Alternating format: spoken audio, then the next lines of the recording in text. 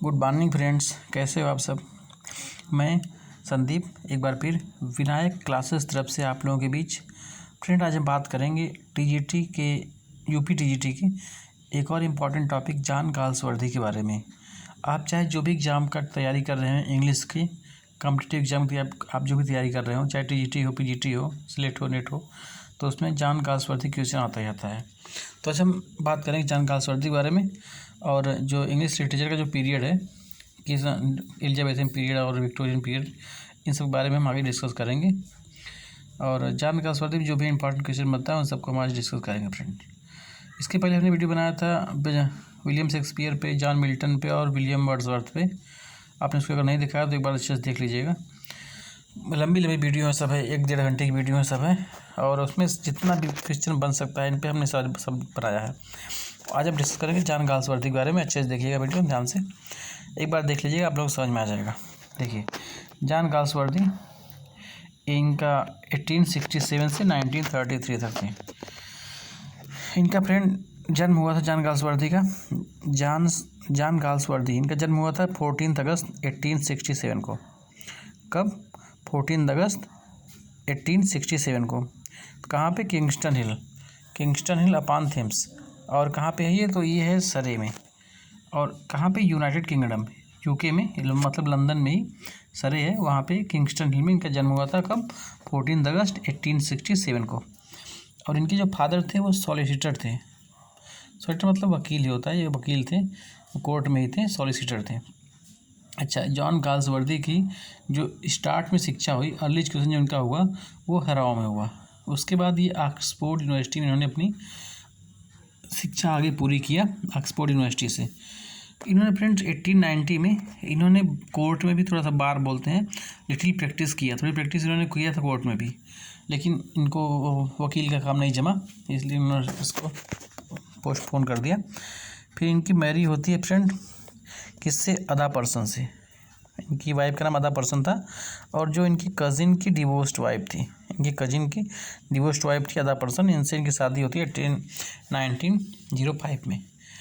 उसके बाद friend at the age of 30, जब ये 30 साल के थे गाल्सवर्दी, तो इन्होंने एक बुक, इनकी फर्स्ट बुक प्रकाशित हुई थी, फ्रॉम द फोर विंड। ये इनकी फर्स्ट जो वर्क था इनका, जो पब्लिश हुआ था। कब फ्रेंड? 1830 ईयर के जब हुए थे, 1897 में ये फर्स्ट बार इनकी बुक पब्लिश हुई थी, फ्रॉम द फोर विंड। और इसको फ्रेंड इन्होंने पब्लिश किया था, तो उसमें इन्होंने अपना स्यूडोनिम्स रखा था, मतलब दूसरा नाम रखा था जॉन सिंजॉन। तो जॉन सिंजॉन के नाम से इनकी बुक आई थी। उस समय इनका नाम, उस बुक में जान गाल्सवर्दी नहीं था फ्रेंड्स। जान गाल्सवर्दी बाद में नाम इनको बुक में अपना इन्होंने शो किया, लेकिन जो फर्स्ट बुक इनकी आई थी फ्रॉम द फोर विंड, इसमें इनका नाम जॉन सिंजॉन था। ओके फ्रेंड्स, फिर 1990 में इनको नाइटहुड की उपाधि के लिए ऑफ़र किया गया था। ब्रिटेन की गवर्नमेंट ने इनको ऑफ़र किया था कि आपको नाइटहुड बनाएंगे, लेकिन इन्होंने रिफ्यूज़ कर दिया फ्रेंड, मना कर दिया। और ये कहते हुए मना कर दिया कि writing was in itself its own reward. जो राइटिंग है वो अपने आप में खुद एक रिवार्ड है, और मुझे कोई रिवार्ड नहीं चाहिए, इसलिए इन्होंने रिफ्यूज़ कर दिया था नाइटहुड की उपाधि लेने से। ब्रिटेन गवर्नमेंट इनको देना चाह रही थी। 1932 में फ्रेंड्स इनको मिला था नोबेल प्राइज़। इनको नोबेल प्राइज़ मिला था फ्रेंड 1932 में, 1932 में जान गाल्सवर्दी को नोबेल प्राइज़ मिला था। ये परीक्षा में पूछा भी था, जान गाल्सवर्दी को नोबेल प्राइज़ मिला था 1932 में। और 1990 में इन्होंने रिफ्यूज़ कर दिया था नाइटहुड की उपाधि लेने से। और इनकी फर्स्ट बुक आई थी फ्रॉम द फोर विंड। और फ्रॉम द फोर विंड ये फ्रेंड 1897 में आई थी, और इसमें इनका नाम जॉन सिंजॉन था, इस नाम से इन्होंने पब्लिश किया था बुक को। फिर 1933 में अनफॉर्चुनेटली इनकी डेथ हो जाती है फ्रेंड। कहाँ पे? हैम्पस्टेड में और लंदन में। हैम्पस्टेड लंदन में इनकी डेथ हो जाती है। अच्छा, इनको 1992 में, आप इनके डेथ के कई साल बाद 1992 में इंडियन गवर्नमेंट ने भी साहित्य अकादमी अवार्ड दिया था। साहित्य अकादमी अवार्ड इनको दिया था गाल्सवर्दी को। किस लिए? इन्होंने बुक, इनका एक ये वर्क था our tree still grow in Dehra, our tree still grow in Dehra, इस वर्क के लिए इनको साहित्य अकादमी अवार्ड दिया गया था इंडियन गवर्नमेंट के द्वारा 1992 में, इनकी डेथ के बाद। फ्रेंड जॉन गाल्सवर्दी थे फ्रेंड, जो ड्रामेटिस्ट थे, इन्होंने प्ले भी लिखा था, नॉवलिस्ट थे, इन्होंने नावल भी लिखा था, जर्नलिस्ट थे, पेपर में इनका एडिशन करते थे, जर्नलिस्ट थे भी फ्रेंड, शॉर्ट स्टोरी राइटर भी थे और एसेइस्ट भी थे। मतलब इन्होंने सारे जो लिटरेरी के लगभग सभी क्षेत्र में इन्होंने काम किया। फ्रेंड इन्होंने पोएम भी लिखी थी कुछ। तो ये ड्रामेटिस्ट भी थे, नॉवलिस्ट भी थे, जर्नलिस्ट भी थे, शॉर्ट स्टोरी राइटर भी थे और एसेइस्ट भी थे। जॉन गाल्सवर्दी जो थे right his play on the model of, इन्होंने अपना प्ले जब लिखा था फ्रेंड तो इनके प्ले को बोलते हैं प्रॉब्लम प्ले। और इन्होंने जो प्रॉब्लम प्ले लिखा वो लिखा, इन्होंने जब लिखा प्रॉब्लम प्ले उसको इन्होंने लिखा हेनरी इब्सन के मॉडल पे। हेनरी इब्सन इनके शुरू में पहले के राइटर थे, तो उन्हीं के वर्क से ये प्रभावित होकर इन्होंने अपना प्रॉब्लम प्ले लिखा था। जॉन गाल्सवर्दी ने हेनरी इब्सन से, ये परीक्षा में पूछा था एक बार कि जॉन गाल्सवर्दी ने अपना प्ले किससे इफेक्टेड होकर लिखा था, तो हेनरी इब्सन से। जो गाल्सवर्दी के प्ले है फ्रेंड उनको बोलते हैं प्रॉब्लम प्ले, और या तो फिर सोशल ट्रेजेडी बोलते हैं इनके प्ले को, सोशल ट्रेजेडी प्रॉब्लम प्ले। इन्होंने इस अपने प्ले में ना सोसाइटी की जो प्रॉब्लम है, समस्या है, उनको इन्होंने शो किया है, इसलिए इसको प्रॉब्लम प्ले या सोशल ट्रेजेडी बोलते हैं। आइए कुछ इनके इंपॉर्टेंट वर्क के बारे में जानते हैं। तो जॉन गाल्सवर्दी का फर्स्ट वर्क बताया था हमने आपको, फ्रॉम द फोर विंड, ये 1897 में आई थी। और फ्रेंड ये शॉर्ट स्टोरी का कलेक्शन था, पब्लिश हुआ था जब, तो उसमें शॉर्ट स्टोरी कई होती, ये फ्रॉम द फोर विंड में 1897 में आई थी फ्रेंड, 1897 में इनकी बुक आई थी फ्रॉम द फोर विंड। ये इनकी फर्स्ट बुक थी और शॉर्ट स्टोरी थी। उसके बाद आई थी जैकलिन, जो फ्रेंड जैकलिन आई ये भी 1897 में आई, 1897 में भी आई।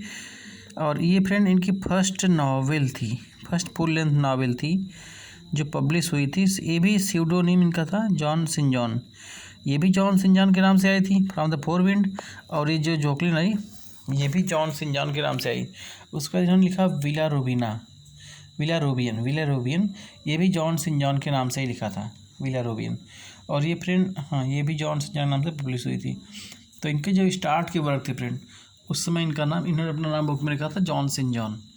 फ्रॉम द फोर विंड 1897, ये जैकलिन 1897 में भी आई थी, ये फर्स्ट नावल थी फ्रेंड। और विला रोबिना 1900 में आई थी, ये भी इन्होंने जॉन सिंजॉन के नाम से लिखा था। अच्छा, ये इनका most important work John Galsworthy का फोर्सिट सागा, ये इनका मोस्ट इम्पॉर्टेंट वर्क है फ्रेंड। अच्छा फ्रेंड, ये जो है वर्क है ना, ये डिवाइडेड है टू ट्रिलॉगी में। ट्रिलॉगी क्या होती है फ्रेंड, मतलब तीन बुक की श्रृंखला बोलते हैं ट्रिलॉगी। मतलब तीन किताब इन्होंने लिखा था और 6 किताब, 2 ट्रिलॉगी में इनका ये आया था फोर्सिट सागा। इसमें फर्स्ट ट्रिलॉगी जो इनकी थी, उसकी फर्स्ट बुक का नाम द मैन ऑफ प्रॉपर्टी। जो मैन ऑफ प्रॉपर्टी फ्रेंड, इससे जॉन गाल्सवर्दी फेमस हुए थे, 1906 में आई थी। और इनकी फर्स्ट सक्सेसफुल नावल कौन सा था जॉन गाल्सवर्दी का, तो man of property John Galsworthy का फर्स्ट सक्सेसफुल नावल। अच्छा, इसमें कुछ कैरेक्टर थे, ये सोमेस फॉर्सिट था और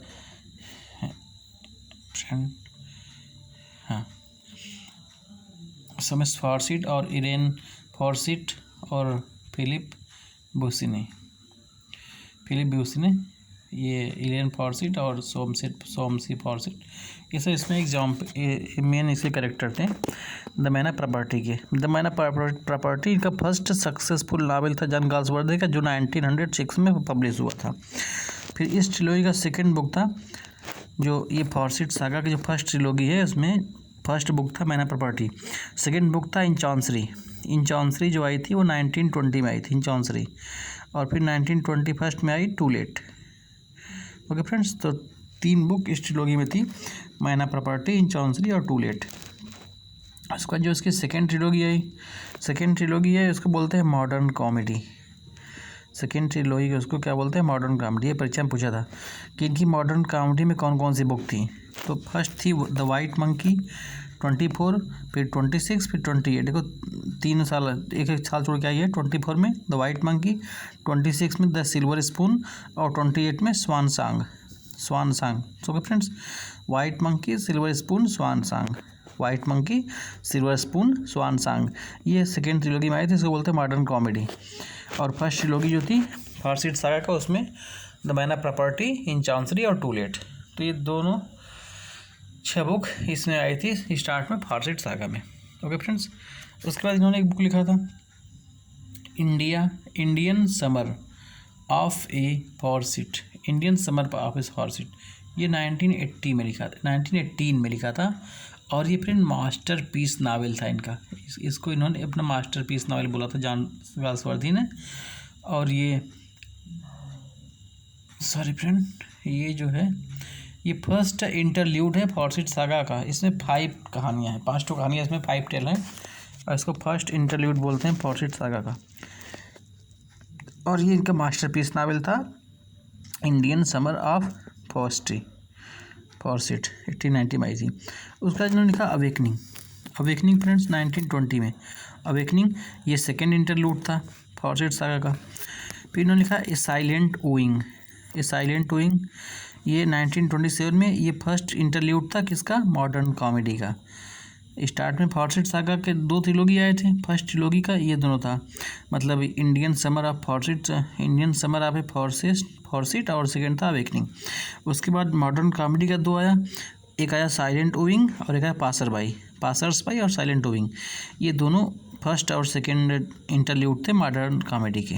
ओके फ्रेंड्स, और ये चारों बुक आई थी इनके फारसीट सागा, जो फारसीट सागा का गाल्सवर्दी ने 2 ट्रिलॉगी निकाला था। फर्स्ट ट्रिलॉगी में फ्रेंड्स कौन कौन सी बुक थी, तो man of property, in chancery और टू लेट। सेकेंड में था वाइट मंकी, सिल्वर स्पून और द स्वान सॉन्ग। और इसके बाद इन्होंने इसका इंटरल्यूड निकाला था, तो उसमें फर्स्ट वाले का निकाला था इंडियन समर ऑफ फारसीट और सेकेंड था अवेकनिंग। इसका मॉडर्न कॉमेडी का था साइलेंट ओइंग और पासर्स बाई। ओके फ्रेंड्स, उसका इनकी एक और इन्होंने निकाला था ट्रिलॉगी अपना, ये द एंड ऑफ चैप्टर। ये तीनों, ये भी इंपॉर्टेंट फ्रेंड पूछा था एक बार। एंड ऑफ चैप्टर था, और वो जो था फारसीट सागा था, और एक दिया था कि मैन ऑफ प्रॉपर्टी। इससे पूछा था कौन सा ट्रिलॉगी नहीं है फ्रेंड्स, ऐसा कर क्वेश्चन दिया था परीक्षा में। तो द एंड ऑफ चैप्टर ये इनका सेकेंड ट्रिलॉगी था फारसीट सागा के बाद। इसमें भी 3 बुक थी। फर्स्ट बुक थी मेड इन वेटिंग 31 में आई थी, 1931 में आई थी मेड इन वेटिंग। 1932 में आई फ्लावरिंग वाइल्डरनेस। और उसके बाद 1933 में आई ओवर द रिवर, या तो फिर इसको बोलते हैं one more river, over the river या वन मोर रिवर, ये दोनों एक ही नाम है फ्रेंड। ये 3 बुक थी इसके। द एंड ऑफ चैप्टर में 3 बुक थी। फर्स्ट थी मेड इन वेटिंग, सेकेंड थी फ्लावरिंग वाइल्डरनेस, और उसके बाद थर्ड थी ओवर द रिवर, या इसको बोलते हैं वन मोर रिवर। ये 1931, 32 और 33 तीन लगातार साल 3 की बुक आई थी। और किस में आई थी फ्रेंड, तो इनकी ट्रिलॉगी थी द एंड ऑफ चैप्टर। इसमें 3 बुक थी made in waiting, flowering in wilderness और ओवर द रिवर, या इसको बोलते हैं one more river. Okay friends, उसके बाद इनकी बुक आई ए मैन ऑफ डेवन 1901 में। उसके बाद एक बुक और आई द आइसलैंड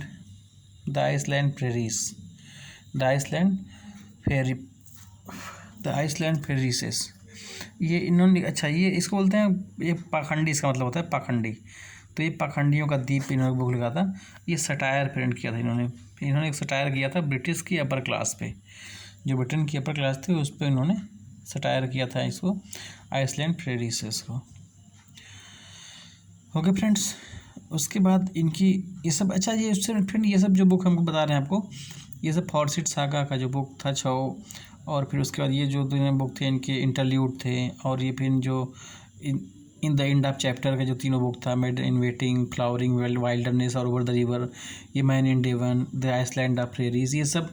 और ये सब जो नीचे की बुक है, ये सब सारे फ्रेंड इनके नावल हैं, याद रखिएगा, ये सब सारे इनके नावल से उपन्यास हैं। उसका बाद इन्होंने कंट्री हाउस लिखा, द कंट्री हाउस, ये भी इंपॉर्टेंट वर्क है इनका, द कंट्री हाउस। इसमें इन्होंने अपर क्लास को शो किया है ब्रिटेन की। 1907 में लिखा द कंट्री हाउस। उसके बाद इन्होंने लिखा एक कमेंट्री लिखा था 1908 में। फिर लिखा फ्रेटर्निटी 1909 में। द स्पिरिट ऑफ पनिशमेंट 1910 में। देखिए लगातार लिखा है, 7, 8, 9, 10 लगातार लिखा है फ्रेंड। पहले लिखा कंट्री हाउस, फिर लिखा commentary, fraternity, the spirit of punishment, फिर लिखा हार्सेस इन माइंस कब 1910 में। फिर लिखा द पैट्रिशियन 1911 में। द डार्क फ्लावर लिखा फ्रेंड। डार्क फ्लावर क्या थी? ये स्टोरी थी, एक किसकी स्टोरी थी? वन मैन के लव अफेयर की, एक आदमी के लव अफेयर कहानी थी द डार्क फ्लावर। अच्छा, इसमें पूछा फ्रेंड कि डार्क फ्लावर क्या था वो? तो डार्क फ्लावर फ्रेंड क्लब्स था, लौंग बोलते हैं क्लब्स को, मसाला नहीं होता क्लब्स, CLOVES, क्लब्स जो होता है लौंग जो मसाले में पड़ता है उसको, वही डार्क फ्लावर एक लेडी ने दिया था एक लड़के को। तो ये इसमें कहानी वही है। इसके जो एक आदमी के लिए लव अफेयर कहानी है मार्क लेनिन, ये इसका हीरो है mark Lenin. Dark flower okay friends, ये भी इनका नावल है। तो ये सब लगातार इन्होंने लिखा था फ्रेंड। कंट्री हाउस, ए कमेंट्री, ये fraternity, the spirit of punishment, horses in mines, the patrician और द डार्क फ्लावर। एक बार पढ़ लीजिएगा आप लोग, सब आप लोगों को याद हो जाएगा। एग्जाम में आएगा तो आप देखेंगे, जान जाएंगे कि लिखा है बगालसवर्दी नहीं लिखा है। फिर उन्होंने लिखा क्वालिटी 1912 में, द इन ऑफ ट्रैंक्विलिटी 1912 में, और एड्रेसेस इन अमेरिका 1912 में। 1912 में 3 बुक लिखा। और ये फ्रेंड एसे थी इनकी, ये तीनों इनके एसे हैं फ्रेंड, याद रखिएगा इस बात को। The in of tranquillity, addresses in America और क्वालिटी, एड्रेसेस इन अमेरिका और इन ऑफ ट्रैंक्विलिटी, ये तीनों इनके एसे हैं फ्रेंड। फिर इन्होंने लिखा उसके बाद टैटर डी मैलियन लिखा इन्होंने। और ये फ्रेंड कलेक्शन था इनका शॉर्ट स्टोरी का, 1920 में लिखा था। 1920 में शॉर्ट स्टोरी का कलेक्शन लिखा था टैटर डी मैलियन। उसके बाद इनके ड्रामेटिक वर्क पे आइए फ्रेंड। अभी से इनके वर्ड्स जो गाल्सवर्दी के कुछ ड्रामेटिक वर्क में चलते हैं गाल्सवर्दी के। तो इनका फर्स्ट इन्होंने जो ड्रामा लिखा था सिल्वर बॉक्स। जैसे कि इन्होंने जब नावल फर्स्ट लिखा था, जब जिस नावल से फेमस हुए थे, वैसे ही सिल्वर बॉक्स फर्स्ट नावल कौन सा था इनका जिस पे फेमस हुए थे?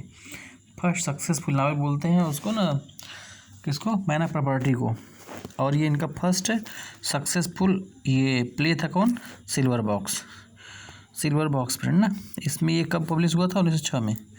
सिल्वर बॉक्स 1906 में आया था और इनका फर्स्ट प्ले था सिल्वर बॉक्स।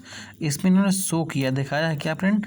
इनइक्वलिटी दिखाया है कि जो असमानताएँ थी ना जस्टिस में, न्याय में, उसको इन्होंने सिल्वर बॉक्स में दिखाया है। जैसे कोई अमीर आदमी है तो उसके लिए जब वो जस्टिस होती थी वहाँ पे तो थोड़ा उसके पक्ष में न्याय हो जाता था, और जो कोई गरीब आदमी है तो उसके लिए उसके पक्ष में न्याय नहीं होता था।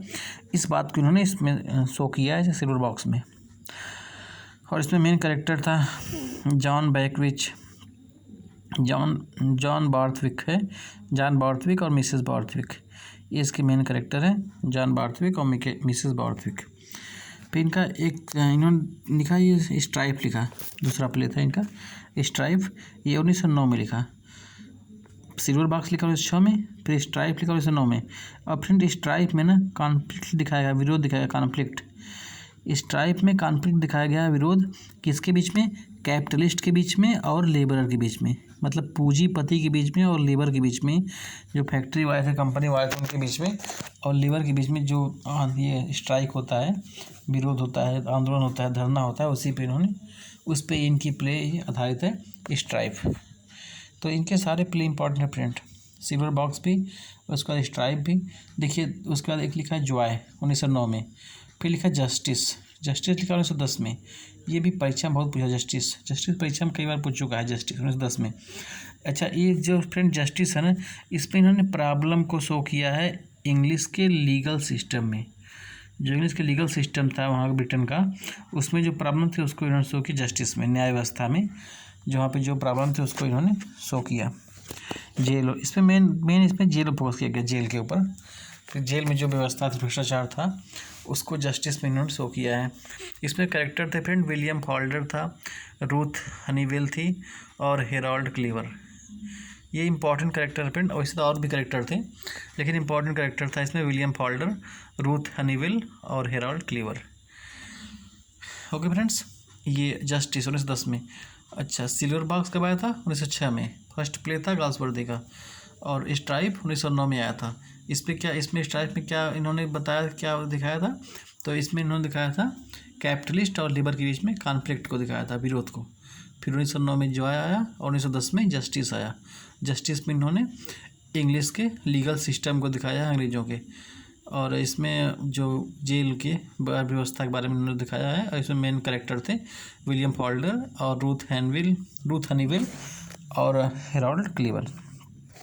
फ्रेंड, ये जो एक कहा गया है quotation, the law is what, the law is what, it is a Majestic Edifice बोलते हैं। It is a Majestic Edifice बोलते हैं, कोई भवन हो, बिल्डिंग हो, उसको बोलते हैं। Sheltering all of us, each student of which rest on another. ये जेल के बारे में कहा गया है फ्रेंड, और इसको जज नहीं कहा है जस्टिस में जज है वही कहता है, इस बार ये बात कहता है। ओके फ्रेंड्स, तो उसके बाद हमने और प्ले लिखा, ये सब इनके प्ले हैं फ्रेंड, इंपॉर्टेंट प्ले। देखिए, जॉन गाल्सवर्दी के द लिटिल ड्रीम्स 1911 में, लिटिल ड्रीम्स, पिजन 1912 में और इल्डेस्ट सन 1912 में। 1912 में 2 ठो, द पिजन, इल्डेस्ट सन। 1911 में द लिटिल ड्रीम लिखा, फिर उसके बाद पिजन और इल्डेस्ट सन लिखा। उसके बाद लिखा फ्यूजिटिव लिखा इन्होंने 1913 में। फिर लिखा द मॉब, देखिए सब मॉब लिखा, मॉब मतलब भीड़ होता है, भीड़ पे ना मॉब लिखा। फिर द लिटिल मैन लिखा, ए बिट ऑफ लव लिखा, ये दोनों एक साल, लिटिल मैन और ए बिट ऑफ लव 1915 में, लिटिल मैन और ए बिट ऑफ लव। उसका इन्होंने लिखा the foundation, the skin game, ये दोनों 20 में लिखा था। और 22 में ए फैमिली मैन एंड लॉयल्टी इनका फेमस वर्क है। वैसे फ्रेंड, इसमें जितने भी वर्क है ना, इनके सारे फेमस हैं। और एक बार इसका नाम देख लीजिएगा, परीक्षा में से पूछ देगा, चार्ट दे दिया, पूछा इसमें कौन सा गाल्सवर्दी का प्ले नहीं है, तो आपको पहचानना पड़ेगा। जैसे दे दिया द लिटिल ड्रीम और लॉयल्टी, द स्किन गेम और मैना प्रॉपर्टी। तो स्किन गेम भी है, लॉयल्टी भी है और लिटिल ड्रीम्स भी है। लेकिन आप जानते हैं कि जो वो मैना प्रॉपर्टी हो तो उनका नावल है, तो ऐसे क्वेश्चन आता है फ्रेंड। देखिए एक बार फिर से, द लिटिल ड्रीम्स लिखा इन्होंने 1911 में। 1911 में क्या लिखा? The little dream. 1912 में लिखा इन्होंने द पिजन, और दूसरा लिखा द इल्डेस्ट सन, द पिजन और इल्डेस्ट सन। फिर फ्यूजिटिव लिखा 1913 में। 1914 में लिखा द मॉब, और 1915 में लिखा द लिटिल मैन एंड दूसरा लिखा ए bit of love, the little man और ए बिट ऑफ लव।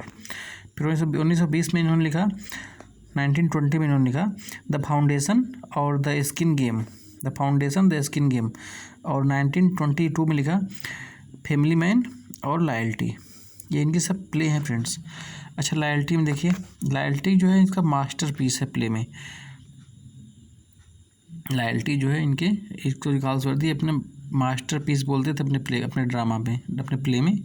और इस पे फ्रेंड दिखाया गया है इन्फ्लुएंस ऑफ क्लास, जो जाति व्यवस्था थी फ्रेंड, उसको इन्होंने दिखाया लॉयल्टी में। अपने जो जाति व्यवस्था के ऊपर इन्होंने, जाति व्यवस्था का जो प्रभाव है वहाँ की सोसाइटी पे ब्रिटेन के, उसको इन्होंने लॉयल्टी में दिखाया है। अच्छा, लॉयल्टी में ये इंपॉर्टेंट कोटेशन था, बोलती है कि loyalty criss cross each other. ये किस में से लिया गया है? तो लॉयल्टी से लिया ही गया है, loyalty criss cross each other. उसका इन्होंने लिखा विंडो भी लिखा 1922 में लिखा था। लॉयल्टी, फैमिली मैन और विंडो 1922 में प्ले था इनका लास्ट प्ले था फ्रेंड एस्केप 1926 में। 1926 में लिखा था एस्केप, 1926 में एस्केप लिखा था। और द पंच एंड गो, ये तो इनके डेथ के बाद आया था, 1933 में पब्लिश हुआ था फ्रेंड, लेकिन इन्होंने ही लिखा था, इसके बाद पब्लिश किया गया था 1933 में, 1935 में इनके डेथ के बाद ये पब्लिश हुआ था पंच एंड गो। तो ये सब सारे जॉन गाल्सवर्दी के इम्पॉर्टेंट प्ले थे फ्रेंड। फर्स्ट प्ले कौन सा जॉन गाल्सवर्दी का इम्पॉर्टेंट था? जॉन गाल्सवर्दी का फर्स्ट प्ले कौन सा था? तो सिल्वर बॉक्स था। उसके बाद स्ट्राइप लिखा था 1909 में, जो आया था 9 में, और जस्टिस 10 में आया था फ्रेंड। जस्टिस में इन्होंने शो किया था इंग्लिश के लीगल सिस्टम के बारे में, इन्होंने बताया था प्रॉब्लम जो थी वहाँ पे उसको बताया था। उसके बाद लिटिल ड्रीम लिखा, the little dream, the pigeon, the eldest son, the fugitive, the mob, the little man, a bit of love, the foundation, the scheme game, a family man, royalty. और उसके बाद window, escape, punch and go, ये इसका important play थे Galsworthy के। अच्छा, उसके बाद फिर इन्होंने कुछ कलेक्शन लिखा था, जैसे देखिए द मैनेटोस एडिशन, द मैनेटोस एडिशन इन्होंने लिखा था 1923 से 26 के बीच में लिखा था, और इसमें 30 वॉल्यूम इसकी आई थी, 30 वॉल्यूम द मैनेटोस एडिशन में की 1923 से 26 के बीच में। द ग्रुप लिखा था इन्होंने, द ग्रुप एडिशन, ये 27 से लेकर 34 के बीच में, इनकी डेथ के आफ्टर भी पब्लिश हुई थी। इसमें 27 वॉल्यूम थी, 27 वॉल्यूम इसमें आई थी द ग्रुप में। मैनेटोस एडिशन और फिर द ग्रुप, ये दो इनका कलेक्शन था। और इन्होंने 40 पोएम भी लिखी थी फ्रेंड 1932 में, 1932 में। इस साल का और क्या हुआ था फ्रेंड, इनको नोबेल प्राइज़ मिला था 1932 में। अच्छा, लेकिन फ्रेंड ये लेने गए नहीं थे शायद, क्योंकि इनका वो उसमें तबीयत ख़राब थी इनकी, और इसी के कुछ हफ्ते बाद इनकी डेथ हो जाती है फ्रेंड, नोबेल प्राइज़ इनको मिलने के। अच्छा, इनके बुक से देखिए कुछ इंपॉर्टेंट लिया गया कोटेशन, जैसे love has no age, love has no age, no limit and no death, ये फॉरेस्ट सागा से ही लिया गया है फ्रेंड, फॉरेस्ट सागा से ही लिया गया है कि love has no age, no limit and no death. फिर एक दूसरा है, love is not a hot house, love जो है वो हॉट हाउस नहीं है, love is not a hot house but a wild plant born of a wet night, ये मैना प्रॉपर्टी में कहता है फ्रेंड, मैना प्रॉपर्टी में ये कहा गया है कि love is not a hot house but a wild plant burn of a wet night, मैंने प्रॉपर्टी में कहा गया है।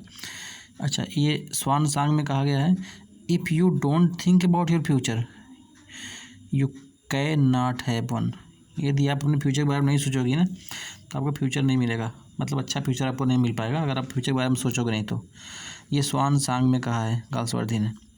अच्छा, फॉरेस्ट सागा में एक और बात कही गई, कहीं और कहा गया था, ये कोटेशन है, one's eyes are what one is, one's eyes होती है वो बताती हैं कि क्या है, और one's mouth is what one become, लेकिन किसी का मुँह बताता है कि कोई क्या बनेगा, मतलब बोली उसकी, इससे कहा गया है one's eyes are what one is and one's mouth is what one became, ये फॉरेस्ट सागा से लिया गया फ्रेंड। जॉन गाल्सवर्दी जो थे ये इन्होंने कैरियर शुरू किया था फ्रेंड, नावलिस्ट के रूप में शुरू किया था, नावलिस्ट के रूप में जॉन गाल्सवर्दी ने अपना करियर शुरू किया था। वैसे फ्रेंड नावलिस्ट भी थे, ये ड्रामेटिस्ट भी थे, ऐसे राइटर भी थे, इन्होंने पोएम भी लिखी थी, और ये जर्नलिस्ट भी थे फ्रेंड, और इन्होंने कुछ तो बार में भी काम किया था। तो ये सब इन्होंने कई क्षेत्र में अपना करियर इन्होंने स्टार्ट किया था गाल्सवर्दी ने, लेकिन सबसे अर्ली इन्होंने शुरू किया था नावलिस्ट के रूप में अपना करियर शुरू किया था फ्रेंड। आइए पढ़ते हैं अभी इंग्लिश लिटरेचर कुछ है जो पीरियड बारे में, इंग्लिश लिटरेचर के जो पीरियड है उनके बारे में कुछ पढ़ते हैं। तो इंग्लिश लिटरेचर पीरियड के कौन कौन से थे इंपॉर्टेंट, उसको हमने इसमें लिखा है। तो सबसे पहले 450 से 1066, ये एडी है फ्रेंड, मतलब बिफोर बीसी नहीं, एडी, ईसा मसीह के जन्म के बाद, एनो डोमिनी बोलते हैं। 450 से 1066 तक इसको बोलते हैं एंग्लो सेक्सन पीरियड या फिर ओल्ड इंग्लिश पीरियड, दोनों सेम ही है। 1066 से 1500 तक था, 1066 से लेकर 1500 तक मिडल इंग्लिश पीरियड बोलते हैं, और 1500 1600 तक, 1500 से 1600 तक इसको बोलते हैं रेनेसां पीरियड। आप लोगों ने पढ़ा होगा रेनेसां के बारे में, रेनेसां पीरियड पुनर्जागरण, इंग्लिश लिटरेचर में पुनर्जागरण 1500-1600 के बीच में। अच्छा, ये भी इम्पोर्टेंट, 1568 से लेकर 1603 तक, 1568 से 1603 तक कौन सा, एलिजाबेथन पीरियड, जिसमें विलियम शेक्सपियर थे फ्रेंड, 1603 से 1625, 1603 से लेकर के 1625 तक जैकोबियन पीरियड। फिर 1625 से लेकर 1649 तक बोलते हैं कैरोलियन पीरियड, और 49 से लेकर 1660 तक, 1649 से 1660 तक कॉमनवेल्थ पीरियड। तो ये तीनों पीरियड सब डिवाइड किया गया है। 1603 से लेकर 1625 तक जैकोबियन था, और 1625 से 1649 तक कैरोलियन था, और 49 से लेकर 1660 तक कॉमनवेल्थ पीरियड था। ओके फ्रेंड्स, 1568 से 1603 तक एलिजाबेथन पीरियड था। देखिए, फिर 1660 से 1800 तक नियो क्लासिकल पीरियड, इसको बोलते हैं नियो क्लासिकल पीरियड। कब से कब तक? 1660 से 1800 तक। अब नियो क्लासिकल पीरियड जो है इसको बांटा गया 3 पार्ट में। कौन कौन से? एक तो रेस्टोरेशन, एक तो ऑगस्टन, और एक तो एज ऑफ सेंसिबिलिटी। देखिए, तो इसमें हम अगर बांटें 1660 से लेकर के 1700 तक, इसको बोलते हैं रेस्टोरेशन पीरियड। फिर 1700 से 1745 तक इसको बोलते हैं ऑगस्टन पीरियड, या इसको बोलते हैं age of Pope, Alexander Pope वाला। फिर 1745 से लेकर के 1798 तक, 98 तक है, इसको बोलते हैं एज ऑफ सेंसिबिलिटी, या फिर बोलते हैं age of Johnson. Age of Johnson बोलते हैं, इस समय जॉनसन थे, या फिर एज ऑफ सेंसिबिलिटी बोलते हैं। ओके फ्रेंड्स, अच्छा देखिए 1798 तक है। अच्छा, एक तो और है 1714 से 1830 तक।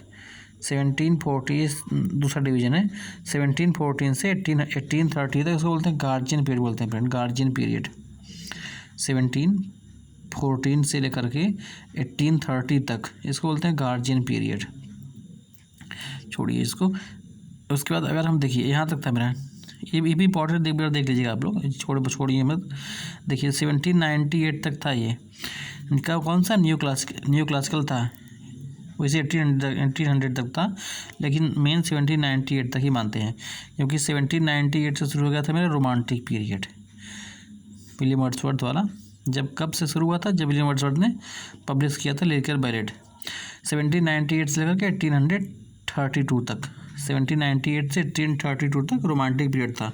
अब 1832 से 1900 तक विक्टोरियन पीरियड था, विक्टोरियन पीरियड। अच्छा, इसको अगर हम सब डिवाइड करें तो 1848 से 60 तक, 1848 से 1860 तक बोलते हैं प्री रेफ्लेटियन पीरियड बोलते हैं। और 1880 से 1901 तक बोलते हैं एस्थेटिसिज्म पीरियड। 1848 से 1860 तक था प्री रेफ्लेट्स था, और 1880 से 1901 तक था एस्थेटिसिज्म पीरियड। अच्छा, 1901 से 1945, 1901 से 1945 तक मॉडर्न पीरियड। 1901 से 1945 तक कौन सा? मॉडर्न पीरियड है। और उसके बाद अगर हम बात करें 1945 से लेकर के, एक सेकेंड, देखिए फिर 90, अगर इसको सब डिवाइड करें 1901 से 1914 तक, 1901 से 1940 तक इसको बोलते हैं एडवर्डियन पीरियड, और फिर 1945 बाद पोस्ट मॉडर्न पीरियड। अच्छा, इसमें मेन देखिए पहले तो न्यू क्लासिकल वाला जो 1660, एक सेकेंड रुकिए फिर से बताते हैं।